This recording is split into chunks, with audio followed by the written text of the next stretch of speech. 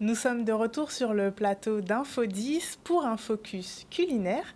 Et ce soir, nous recevons donc 3 invités qui vont nous parler de la web-série La bataille des saveurs. Tout d'abord, nous avons monsieur Tony Mohamed Ali, vice-président de Liguaflore. Bonsoir monsieur. Bonsoir madame, bonsoir à toute la Guadeloupe. Nous avons également avec nous Victoria Kérul, productrice exécutive et réalisatrice de la web-série. Bonsoir. Et enfin, avec nous, Émilie Lapully, make-up artiste et l'une des participantes de la web-série La bataille des saveurs. Bonsoir à tous. Merci à vous pour votre présence. Donc, nous avons entendu parler de la bataille des saveurs comme une compétition de cuisine qui, d'après les petites images que j'ai pu voir, mêle un peu aussi télé-réalité avec des sortes de confessionnals où nous pouvons avoir le retour des participants en direct. Donc c'est un concours où ils viennent se challenger autour des fruits, des légumes et des viandes locaux produits en Guadeloupe. Donc c'est une émission, une web-série qui est à l'initiative de Liguaflore. Est-ce que vous pouvez nous dire quelques mots, monsieur Mohamed Ali, sur Liguaflore, Liguavi et quelles actions sont portées en Guadeloupe?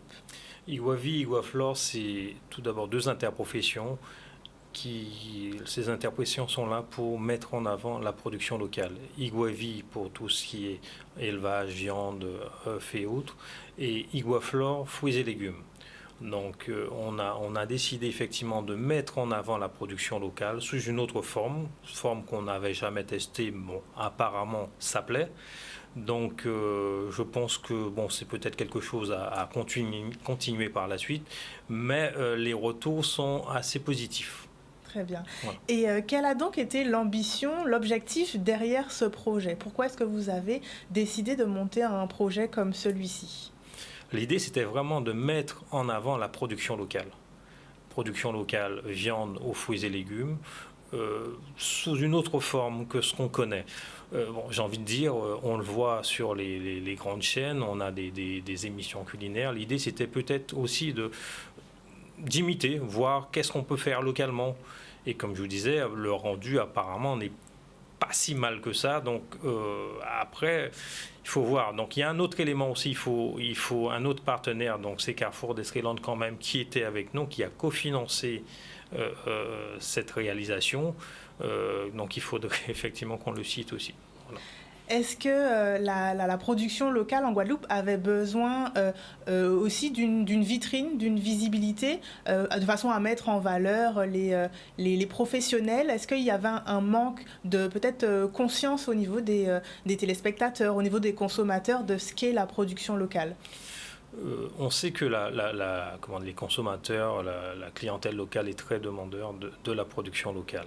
L'idée, c'était de montrer que même un influenceur qui n'est pas forcément féru de la cuisine peut cuisiner notre production locale. C'était vraiment ça aussi l'objectif. Et aussi mettre en avant la marque qu'Iguaflore a mise en place, c'est la marque Mossotella. Mossotella, c'est un gage de qualité de notre production locale. Très bien. Et donc, Madame Kérul, je m'adresse à vous. Donc, vous êtes réalisatrice donc, de cette web-série. Comment est-ce que vous avez imaginé ce concept? Est-ce que c'est un mélange entre peut-être une télé-réalité, de tout simplement vie quotidienne, et un mélange aussi peut-être de Top Chef? Est-ce que c'est un mélange d'un peu tout ça? Comment est-ce que vous avez imaginé ce concept? Alors, à la base, c'était, comme on l'a dit si bien, une initiative de Liguaflore. Donc, en fait, le premier travail était de m'imprégner de l'identité de marque des personnes qui voulaient bien participer à ce projet, à savoir Liguaflore, mais aussi Liguavi, Mossotella, Carrefour d'Estreland, m'imprégner un peu de toutes les cultures, de toutes les images de marque de tous ces intervenants. À partir de là, j'ai réfléchi aussi au message que je voulais transmettre. Le message que je voulais transmettre et qui a été validé par les intervenants était une mixité avec un mélange intergénérationnel. Et c'est comme ça que j'ai imaginé la série. Faire des interactions entre les candidats, avec aussi des générations un petit peu au-dessus, le chef Kishna, et faire quelque chose de dynamique, de frais, pour inciter le spectateur qui regardera à s'identifier, à se dire moi aussi je veux cuisiner le paroka. Donc voilà. Bien. Oui, puisqu'on le précise, donc il y a 6 participants, mais ils sont évalués donc par 3 chefs qui vont, sur certains critères, évaluer leur présentation, leur plat, hein, l'assiette locale qu'ils auront créée. Et ces participants, on voit que c'est quand même un gratin de jeunes participants. On a des humoristes, des influenceuses, une make-up artiste qui est ici avec nous. Comment est-ce qu'ils ont été choisis pour cette émission ? Alors effectivement, pour moi, c'était très important de réunir des influenceurs avec des passions assez diverses. Il y avait des influenceurs un peu moins connus, comme Luna Sainte-Luce, qui n'était pas très connue.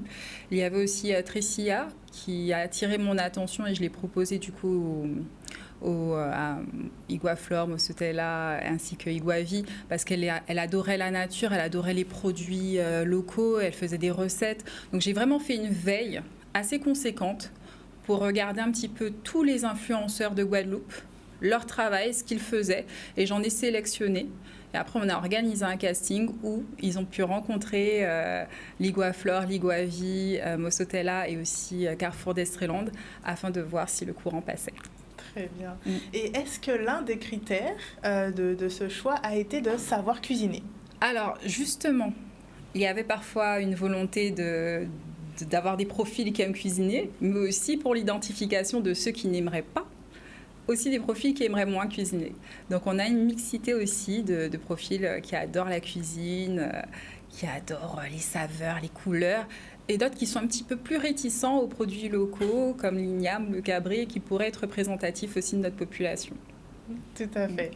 Donc, Émilie Lapully, donc vous êtes l'une des participantes. On vous connaît donc sur les réseaux sociaux en tant que make-up artiste. Est-ce que dans la vie de tous les jours, vous êtes une cuisinière, vous cuisinez quotidiennement, occasionnellement? Quelle cuisinière êtes-vous? Alors, c'est vrai que je ne cuisine pas tous les jours parce que je n'ai pas forcément le temps, mais j'aime cuisiner. Quand j'ai le temps, j'aime cuisiner, découvrir de nouvelles recettes, que ce soit ce que je vois sur les réseaux qui défilent. Je me dis, ah tiens, c'est pas mal, je devrais tester ça. Mais uniquement quand j'ai le temps, malheureusement. Très bien. Et qu'est-ce que ça vous a fait donc de participer à cette web-série? Ça, pour vous, était un challenge? Ça a été un challenge puisque les personnes me connaissent en tant que maquilleuse. Et c'est vrai que je me suis dit, ah mais pourquoi pas? C'est quand même... Ils vont me voir différemment. Et puis, je savais qu'il y aurait eu des défis, que j'aurais rencontré d'autres personnes comme moi, qui sont présentes sur les réseaux. Et tout de suite, ça m'a parlé. Très bien. Donc, le premier épisode de cette web-série a été diffusé mercredi. Donc, est-ce que vous avez déjà des retours? Vous nous avez parlé de retours assez positifs, Monsieur Mohamed Ali. Mais Émilie Lapully, est-ce que vous avez eu des retours de vos abonnés, de vos amis, certains peut-être qui n'étaient pas au courant que vous participiez à l'émission? Alors, j'ai eu Non, il y a personne ne savait que j'allais participer à l'émission. On a gardé ça top secret. Et j'ai eu de bons retours jusqu'à aujourd'hui. Très bien. Pour vous, quel a été le plus grand défi lors de cette... Parce qu'il y a plusieurs épisodes qui vont être diffusés jusqu'au 7 février.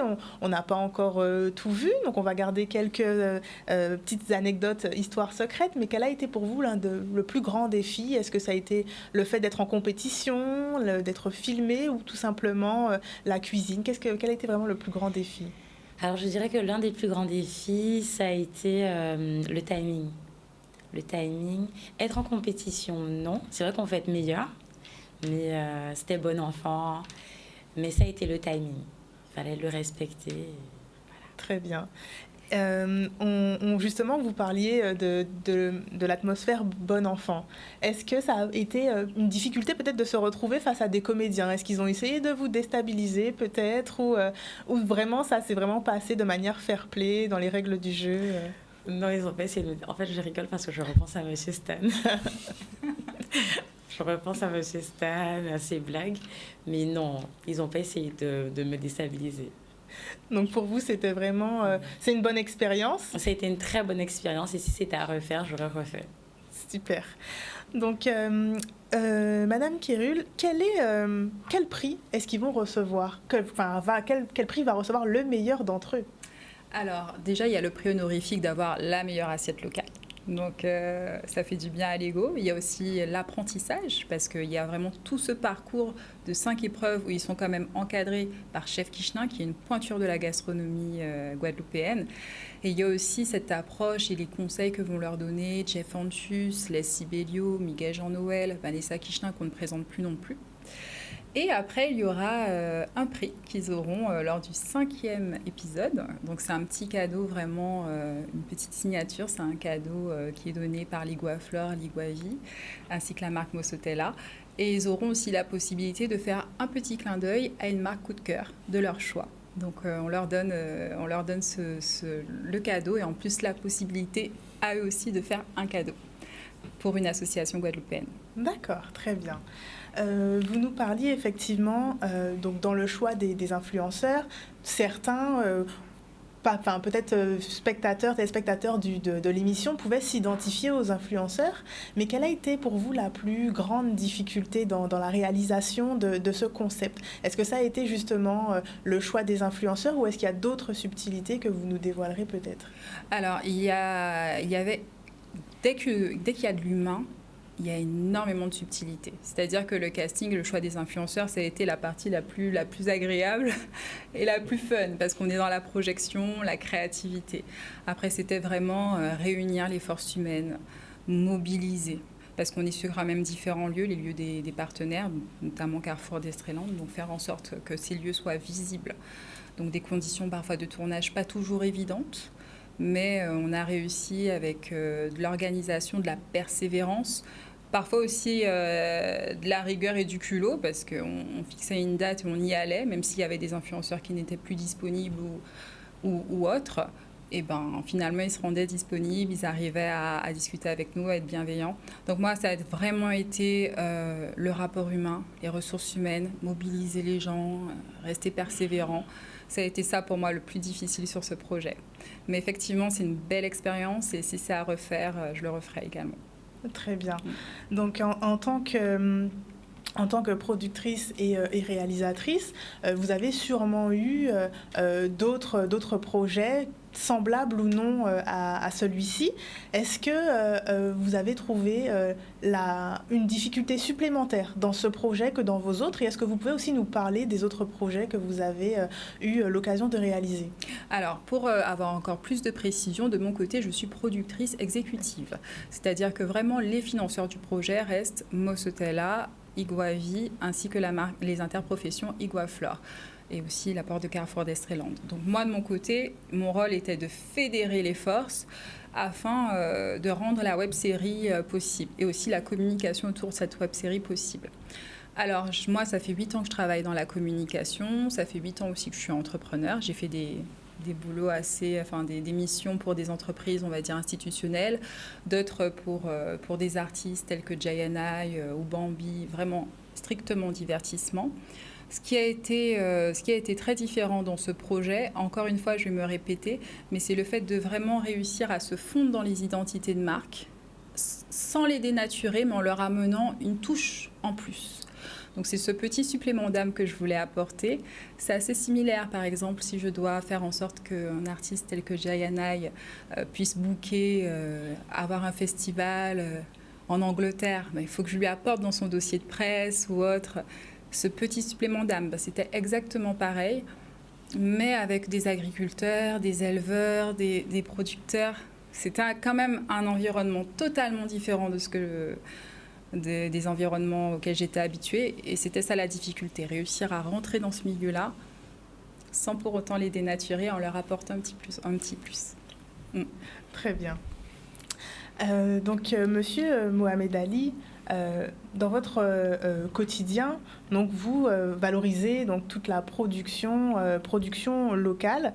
Est-ce que de votre point de vue, cette émission, cette web-série va pouvoir apporter une mise en lumière de la production locale, des difficultés que peuvent rencontrer les producteurs? Est-ce que pour vous, ce sera un succès au niveau d'Iguaflore et d'Iguavi? C'est vrai que là, c'était vraiment une mise en avant de la production locale. Donc les soucis demeurent. D'ailleurs, vous allez me dire, on est en train de faire une web-série, alors que la production locale est absente ou commence à rentrer sur le marché. Donc, comme je vous dis, l'idée, c'est, même si la production était difficile, c'est de mettre en avant, voilà, on a du Paroka, on a de l'igname, on a différents produits qu'on peut utiliser, qu'on peut trouver. Bon, c'est vrai que malheureusement, c'est que le consommateur veut par exemple la tomate toute l'année. On oublie qu'on a l'effet de saisonnalité, ce qui est encore plus difficile avec le réchauffement climatique. Tout le monde parle de réchauffement climatique. Ces derniers temps, la tomate locale, on n'en a pas du tout vu. Ça commence à venir. Donc, l'idée, c'était vraiment d'occuper le terrain. Pour parler de l'organisation, j'avoue effectivement que j'ai suivi cette organisation de loin. À un moment, il a fallu taper du poing sur la table parce que ça n'avançait pas. Il y a eu beaucoup de chamboulements, des lieux de tournage qui ont changé. Et je tiens à remercier aussi mes deux présidents de commission, M. Marguerite et M. Saran, qui ont suivi ce dossier. Et le conseil d'administration, quand il fallait prendre les décisions, les bonnes décisions, on l'a fait. Mais encore merci à eux, Jean-Marc et Philippe, qui ont su effectivement mener ce projet à terme. C'est vraiment un projet d'équipe. Ce n'est pas un projet de Tony Mohamed Ali, c'est un projet de Iguaflore, d'Iguavi, des adhérents aussi de ces structures, les organisations de producteurs, les magasins, les approvisionneurs, transformateurs, des deux parties, et surtout aussi Carrefour d'Esquiland qui a cru, qui a mis aussi la main à la poche.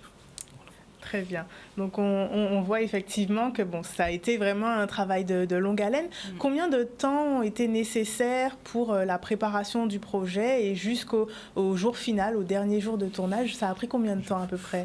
Je vous dirais, quand j'ai pris ma mandature en tant que président, l'idée, c'était au mois de septembre 2021, je crois. L'idée a été lancée et 2 ans après, le réalisé était fait.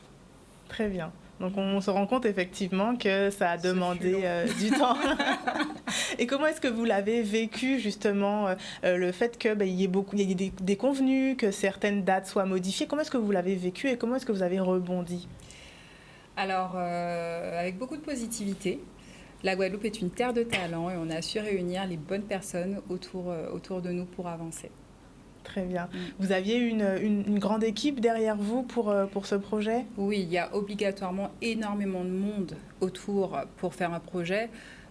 Sinon, ce n'est pas possible. Donc, il a vraiment fallu que je fédère des cadreurs, des ingé-sons. Par exemple, pour les habillages visuels de la série, il fallait aussi que je briefe quelqu'un pour qu'il fasse de beaux habillages visuels. Les voix off, c'est moi. Là, par exemple, je fais les voix off, mais il a fallu le studio Debs pour que je les enregistre. C'est une énorme équipe aussi pour la réalisation de tout. C'est vrai qu'on a parfois du mal à s'imaginer qu'une web série, et je pense que même il y a encore de nombreuses personnes qui pensent que sur les réseaux sociaux ou sur des plateformes comme YouTube, seuls des petits moyens sont nécessaires, mais en fait on se rend compte qu'il y a beaucoup de travail, de gros moyens, et que ça prend autant de temps parfois même qu'un film, qu'un documentaire. C'est vraiment la mobilisation d'énormément de ressources. Exactement, oui. Très bien. Je reviens avec vous, Émilie Lapulie. Est-ce que durant le tournage de l'émission, est-ce que vous avez eu des moments de stress, des moments de doute, puisque c'est de la compétition? Est-ce que pour vous c'était acquis ou est-ce qu'il vous a fallu parfois vous poser, respirer, souffler? Comment ça s'est passé? Eh bien, je dirais que le moment le plus stressant, ça a été lorsque les chefs, les membres du jury devaient goûter le plat. À la fin, ils donnaient une note, savoir si on avait bien réalisé le plat, on avait bien respecté les consignes. C'était ça pour moi le plus stressant, mais ça a été. Et on est là pour apprendre aussi. On est là pour apprendre. C'est vrai que on avait une recette. Et on se disait, ah tiens, on va devoir cuisiner ça, comme ça, de telle façon. C'est vrai que peut-être qu'on n'a pas l'habitude de cuisiner tel ou tel aliment de telle façon, mais le fait de l'avoir réalisé durant cette web-série, ça nous a fait découvrir la cuisine locale différemment. Très bien. Et est-ce que tout était enregistré en direct? C'est-à-dire qu'on vous donnait une recette à faire, les chefs vous l'expliquaient, et pas droit au loupé, ou comment ça se passait? Alors, on nous donnait la recette. Et le chef qui... Alors oui, c'était enregistré en continu. Voilà. Donc, pas de triche, pas de moment où on devait couper, reprendre. Non, c'était vraiment en continu. Et le chef Kichelin passait et donnait des conseils, nous aidait un petit peu. Très bien. Et quels apprentissages vous avez tirés de cette expérience? Alors, je dirais que c'est la propreté. C'est vrai, la propreté, très, très important. Donc, quand on a terminé avec un aliment, nettoyer, retirer les épluchures, bien ranger pour que ça soit propre, bien respecter les règles. Voilà. Très bien. J'ai pu acquérir ça. Donc effectivement, même dans une émission comme celle-ci, les règles d'hygiène qui s'appliquent dans des restaurants s'appliquent aussi pour l'émission. Est-ce que ça vous a donné envie peut-être de plus cuisiner ou alors de cuisiner pour un plus grand nombre de personnes que ce que vous avez l'habitude, par exemple? Est-ce que ça vous donne envie de changer votre façon de cuisiner? Oui, alors c'est vrai que quand on a démarré l'émission, lorsque c'était filmé, on avait tout de suite envie d'être sur nos plans de travail. Il y avait la théorie d'abord, donc il y avait la démonstration. On avait tout de suite envie de pratiquer. Et tout à l'heure, vous m'aviez demandé qu'est-ce que la web-série, l'émission m'avait apporté par rapport à la cuisine. En tout cas, ça a ravivé mon amour pour la cuisine. Donc, je vais répondre à la question. Et ça m'a donné envie de cuisiner un peu plus, surtout les produits locaux. Très bien. Voilà. Donc, on a gagné. Voilà, donc au final, c'est vrai que le défi a été relevé. Voilà. C'était le but. Donc, il y avait surtout les paniers de fruits. Le matin, quand on arrivait, on voyait de belles pastèques, de belles bananes. Franchement, ça donnait envie. Tout ce qu'on voudrait avoir dans sa cuisine. Et j'ai même envie de rajouter que ça a été, je pense, un apprentissage mutuel. Parce que, par exemple, pour les chefs, ils n'étaient pas habitués à ce genre de profil. Ils sont sur des profils, on va dire, plus conventionnels, du lycée hôtelier ou autre. Et là, par exemple, je me rappelle, chef Kichelin, il lui faisait souvent des petites remarques, mais très bienveillantes sur ses ongles, avec sa super manucure. Et finalement, il en est ressorti lui aussi grandi, parce qu'il a pu voir que Émilie, elle gère sa propreté, elle gère ses légumes avec ses ongles. Et du coup, j'ai trouvé ça très intéressant qu'il y ait un apprentissage mutuel par rapport au fait qu'on est tous différents et qu'on peut être ensemble. Tout à fait, c'est vrai. Et est-ce que votre métier de maquilleuse, de make-up artiste vous a aidé au cours de cette web-série, au cours de la compétition? Oui, je dirais que surtout lors du dressage. Lors du dressage, l'assemblage des aliments, je me suis dit, ah tiens, c'est-à-dire que comme j'ai déjà l'esprit de créativité, ça m'a beaucoup aidé. Très bien. Et est-ce que, si vous étiez présent donc, sur le tournage, est-ce que vous avez remarqué que selon les profils, les compétences de chacun se positionnaient sur des niveaux différents lors de la cuisine et de la création, du dressage de l'assiette?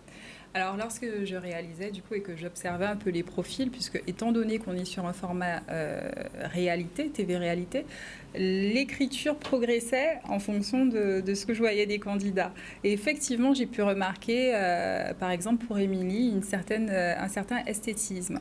C'est-à-dire qu'effectivement, sa profession de make-up artiste se voyait dans la gestion des couleurs dans l'assiette. Donc oui, c'était visible. Très bien. Du coup, au niveau donc donc il y avait plusieurs épreuves pendant la web-série. Donc on découvre les épreuves au fur et à mesure des épisodes. Est-ce que qu'est-ce qu'il devait réaliser de manière générale? Est-ce que l'une des épreuves était plus difficile que les autres? Est-ce que c'était vraiment par croissance? Comment ça se passait au niveau vraiment des épreuves de l'émission? Alors, les épreuves en réalité évoluent en crescendo. Donc, les premières épreuves sont les plus simples parce qu'ils se familiarisent. Alors, il y a déjà un premier cours de cuisine puisqu'il y a chef Kichelin qui va leur apprendre des techniques de cuisine, de coupe, afin qu'ils soient quand même un peu briefés avant. Et puis après, au fur et à mesure, ils ont des épreuves qui évoluent et qui augmentent en difficulté. Donc jusqu'à la finale, où la finale, c'est seul le gagnant de la finale qui... Voilà, c'est un système de points. Et puis à la finale, c'est l'épreuve ultime, la plus difficile. Très bien. Donc, on continuera d'en parler juste après la pub. Donc, nous marquons un petit temps de pause et nous reviendrons tout à l'heure dans le Focus. Merci. Nous sommes de retour sur le plateau d'Info 10 pour un focus spécial, la bataille des saveurs. Donc c'est la nouvelle web-série qui est désormais disponible sur YouTube. Le premier épisode est sorti mercredi 10 janvier et tout de suite on vous met un petit teaser pour vous donner l'eau à la bouche. Regardez. 6 candidats, Chloé, Luna, Laurie, Émilie, Stan et Tressia, ont décidé de relever le défi et d'apprendre à cuisiner les fruits, les légumes et la viande de Guadeloupe. Afin de rajouter du piquant, ils seront encadrés de chefs Kishna. Ils seront aussi jugés par Leslie Belliot, Miguel Jean-Noël, Jeff Antus et Vanessa Kishna.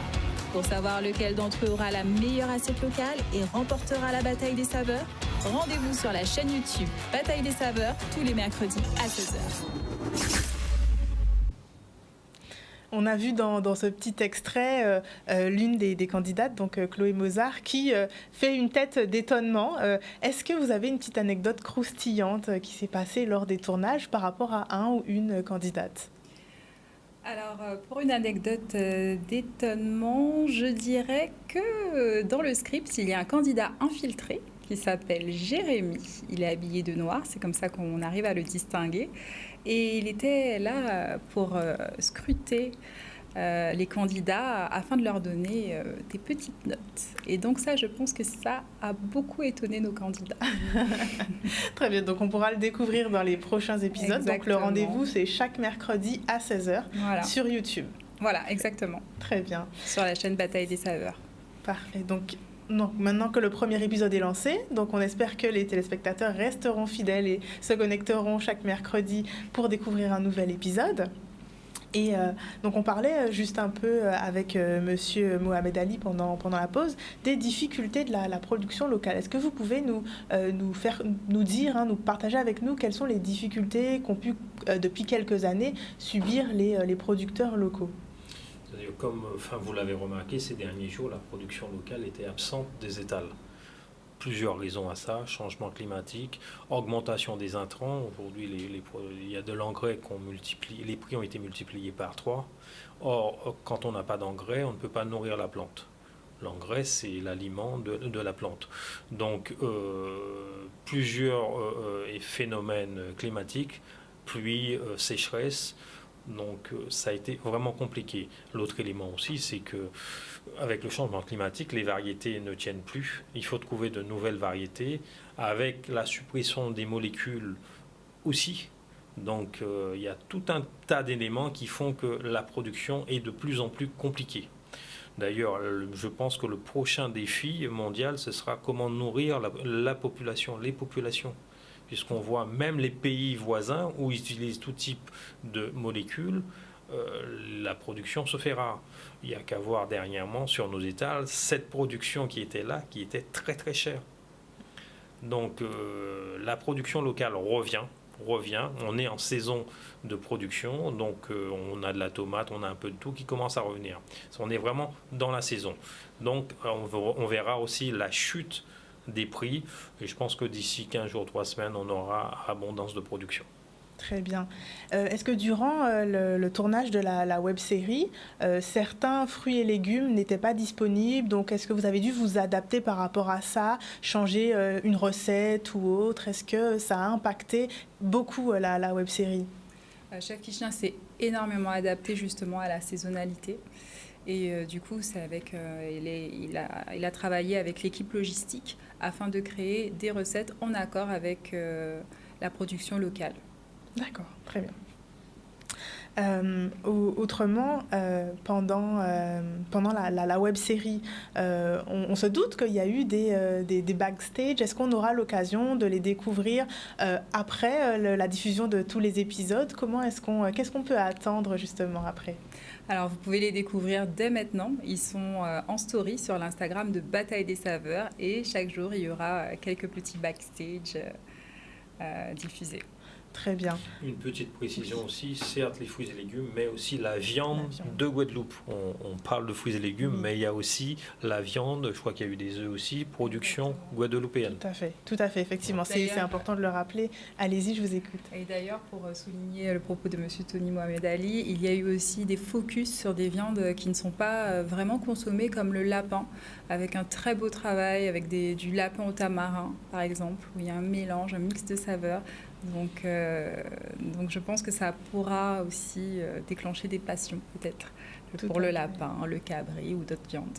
Tout à fait. C'est vrai que la web-série, elle aura sûrement de bons retours, des personnes qui vont avoir davantage envie de consommer les produits locaux, mais aussi peut-être s'intéresser davantage au métier peut-être de la cuisine ou au métier de producteur. Est-ce qu'à ce niveau, la web-série ou même vous, à l'Iguaflore, est-ce que vous avez donc des actions qui visent à aussi davantage mettre en avant ces métiers-là, cuisiniers ou producteurs? Qu'est-ce qui est fait à ce niveau-là pour aussi inciter la jeunesse à prendre part à la production locale et à la cuisine, à la gastronomie? Ce qu'on aimerait chez Iguaflore, c'est assurer un revenu mensuel aux producteurs. Comme je vous disais, aujourd'hui, le producteur a du mal à avoir un revenu. On a suffisamment d'aides qui existent. L'idée, c'est de mensualiser et de là aussi attirer des jeunes agriculteurs. On a une banque de la place qui nous fait confiance, qui arrive à nous financer. D'ailleurs, si Iguaflore, même Iguavi, a pu se lancer dans cette web-série et faire d'autres animations, c'est bien grâce à cette banque qui croit en nous et qui nous préfinance, puisque ce sont des projets qui sont financés dans le cadre des fonds européens. Comme on le sait, il faut dépenser pour se rembourser. Mais grâce à la BRED, pour ne pas les citer, ils croient en nous. Effectivement, on a la possibilité de communiquer, d'investir. L'idée aussi avec eux, c'est surtout essayer d'avoir un revenu pour le producteur. Il faut rendre notre métier sexy. Aujourd'hui, pourquoi, au contraire, on perd des soldats? Parce que les producteurs, ils jouent au loto. Et comme on sait, il y a très peu de gagnants. Donc l'idée, effectivement, c'est vraiment assurer un revenu mensuel. Les producteurs pourront payer leurs factures, le reste, ils pourront réinvestir sur la production. Ça deviendra un cercle vertueux et on pourra avoir davantage de production et davantage de producteurs. Donc vraiment, l'idée, c'est qu'on puisse avoir un maximum de producteurs. Nourrir sa population, c'est un geste fort. Et à l'heure où on parle de la souveraineté alimentaire, il faut se donner les moyens pour arriver à ça. Très bien. Et pensez-vous qu'on puisse arriver un jour à justement cette souveraineté alimentaire, ou est-ce qu'il y a encore beaucoup à faire? Comme je vous disais tout à l'heure, le grand défi des prochains jours, nourrir la population. Personnellement, souveraineté alimentaire, j'y crois pas. Comme je vous dis, il est de plus en plus compliqué à produire. On a une rareté de la main-d'œuvre. On a beaucoup de contraintes. Mais comme je vous dis, la production locale, c'est quelque chose d'extraordinaire. Et lorsqu'on nourrit sa population, c'est une fierté. C'est un beau métier, c'est un très beau métier. Et je pense qu'il y a de l'avenir dedans. Mais à ça, on a suffisamment d'outils. Il faut absolument qu'on puisse garantir un revenu aux différents producteurs. Secteur de l'élevage ou de la diversification, il faut qu'on arrive à assurer un revenu à ces producteurs. Et je peux vous assurer, là, on fera un grand pas vers cette souveraineté alimentaire. Très bien. Donc c'est la première saison, c'est la première fois que cette web-série est produite et diffusée. Est-ce qu'on peut s'attendre à une deuxième saison ? Ou est-ce que, c'est vrai que c'est un grand travail, est-ce que les difficultés peut-être que vous avez rencontrées pourraient empêcher une deuxième saison? Qu'est-ce qu'on peut se dire pour les prochaines années pour la bataille des saveurs, une saison 2? Alors je pense que la saison 2 sera portée par la population, tout simplement. Donc c'est eux qui nous répondront s'ils veulent une saison 2 ou pas, et on verra si l'Iguaflore, l'Iguavi, Mosotella et d'autres partenaires sont prêts à retenter l'expérience. Très bien. Donc oui, effectivement, selon les retours qu'aura cette web-série, on pourrait espérer une deuxième saison. En tout cas, les extraits nous ont déjà donné envie. J'ai particulièrement regardé le premier épisode, très intéressant. Ça change des formats qu'on a l'habitude de voir de télé-réalité. Là, c'est de la cuisine, donc effectivement, ça donne l'eau à la bouche. Donc les téléspectateurs peuvent effectivement vous donner leur avis sous la vidéo ou même auprès des influenceurs qui y ont participé. Donc on espère que ça aura un retentissement important ici en Guadeloupe. Et c'est assez bien parce que des producteurs d'Iguavi ont pu aussi se prêter au jeu. Donc ils ont pu être sur les tournages, parfois poser des questions aux candidats, s'amuser avec eux. Donc ça a vraiment été un travail d'équipe, même devant la caméra. Pour l'instant, je parle, pour moi, pour l'instant c'est sur les réseaux sociaux, mais il est prévu que ces épisodes soient diffusés pour le grand public sur une station télé. Enfin, il est prévu effectivement que ça devienne public. Très bien. Effectivement, ce serait un bon point aussi et de voir même, je pense, entre les différentes générations, que des personnes qui ne sont pas sur les réseaux sociaux puissent découvrir des jeunes talents comme Émilie Lapully ou comme Monsieur Stan, puissent voir que la jeunesse s'implique aussi et que s'intéresse aux richesses de la Guadeloupe en production locale, la cuisine, la gastronomie. Donc c'est une très bonne chose à voir. On a également donc dans cette émission, donc on a donc 3 chefs qui jugent donc les réalisations des candidats. Quel a été, vous nous avez dit qu'ils se sont vraiment, eux, prêtés au jeu, adaptés. Quels ont été les premiers retours qu'ils ont pu vous faire sur cette web-série? Est-ce qu'ils ont été, quand vous leur en avez parlé, est-ce qu'ils ont été tout de suite emballés? Est-ce qu'il y a eu des réticences? Comment ça s'est passé, on va dire, la relation avec les chefs? Alors, la relation avec les chefs, c'était une relation de confiance. Ils font vraiment confiance à l'Iguaflore, à l'Iguavi, Mosotela, ainsi qu'à Carrefour d'Estreland. Mais ils étaient surtout, si on doit parler de l'humain et de la web-série, très emballés par de nouveaux profils, des profils créatifs. Donc, quand je leur ai présenté un pré-scénario, ils ont été curieux et ils ont eu cette envie de changer de cadre. Donc oui, c'était emballé par l'idée. Très bien.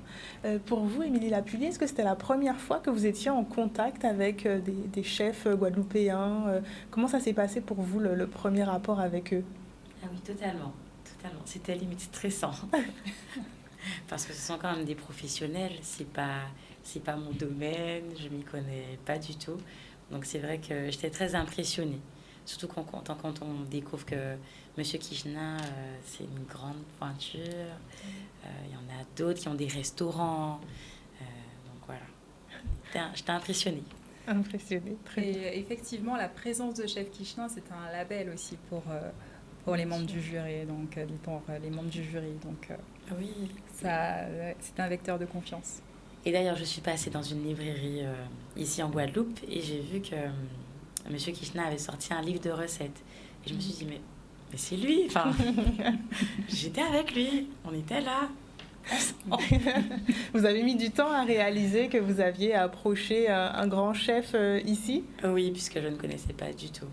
C'est vrai que j'ai déjà aperçu certains à la télé, mais je les avais jamais vus en vrai. Okay.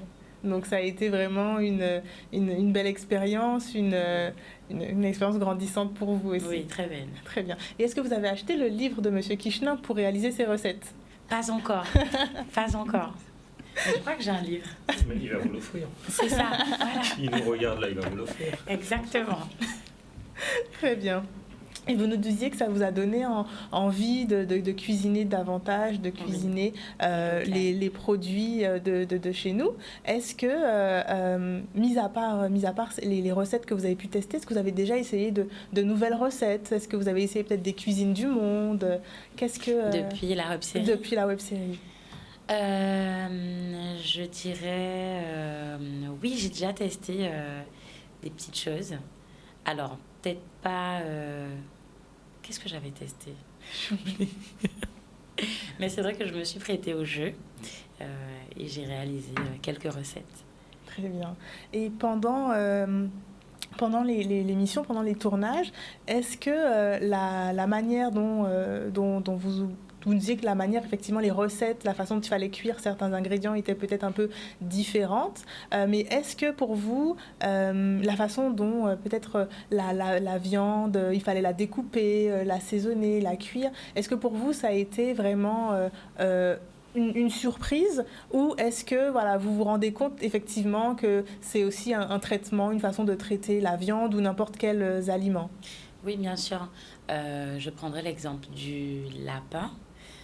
C'est vrai que quand on cuisine local, on se dit il faut beaucoup d'assaisonnement, on va mettre plus de ci, plus de ça. Mais en fait, quand le chef Kishna nous a donné la recette et qu'on voyait qu'il fallait mettre juste par exemple du sel, du poivre ou telle épice, on s'est dit juste ça, ok. Et à la fin, bien sûr, on a goûté et c'était bon. Bien. Donc oui, effectivement, c'est une découverte de voir que les aliments n'ont pas toujours besoin d'autant d'assaisonnement comme on le pense. Oui. Très bien. Et comment se passait la relation avec les autres candidats? Eh bien, la relation avec les autres... Alors, on se connaît plus ou moins sur les réseaux sociaux. Donc, c'est vrai que j'ai pu découvrir certains candidats sur le tournage. Et on a gardé contact... et on a une très bonne affinité.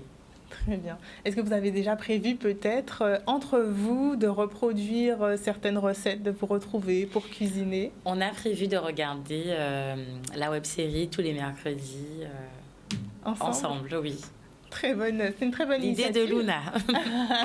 Bon, on remercie Luna pour cette idée, qui participe donc également à l'émission. Donc, je le rappelle, on a comme participants Chloé Mozart, Miss Guadeloupe 2014, Émilie Lapely qui est avec nous, make-up artiste, également Tressia, influenceuse, Monsieur Stan, humoriste et réalisateur, Le Chac, humoriste, et Luna Sainte-Luce, Miss Interlycée, première dauphine de Miss Guadeloupe 2022.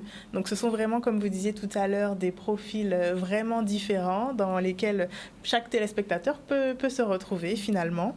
Et donc on vous invite à regarder chaque mercredi à 16h sur la page YouTube de La Bataille des Saveurs, donc cette nouvelle web-série qui aura lieu donc jusqu'au 7 février.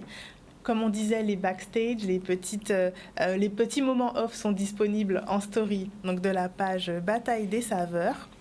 Donc, je le rappelle, le concours Bataille des Saveurs met en scène 6 candidats, donc des influenceurs qui relèvent un défi, celui de créer une assiette locale. Et en prix donc, final, ils recevront le prix de la meilleure assiette locale dans laquelle ils valorisent les produits, fruits, légumes et viandes locales produits par nos producteurs. Et donc, c'est une web-série qui est possible grâce au concours de Liguavi, de Liguaflore et de Mossotella. Donc, on a fait un peu le tour. Est-ce que vous avez un dernier point à nous dire, une dernière anecdote, ou est-ce que vous souhaitez inviter nos téléspectateurs à regarder cette série ? Pour ma part, un grand remerciement à quelques partenaires quand même, les membres d'Iguaflore et d'Iguavi, donc les différentes OP, les différents Carrefour, Contact, Market, Millénis et Destreland, et surtout au conseil d'administration d'Iguaflore et d'Iguavi, avoir donné leur aval sur la réalisation, le financement de ces projets. Très bien. Voilà. Merci. Si c'est bon pour vous, je vous remercie d'être venu sur le plateau de Canal 10 pour présenter cette série, nous présenter quelques petits moments off et anecdotes. Donc nous sommes arrivés, messieurs, dames, au terme de ce focus. Je vous remercie de votre fidélité. Je vous retrouve demain à 18h30 pour une nouvelle édition de La Tranche Info. Et merci encore à vous pour votre présence. Merci.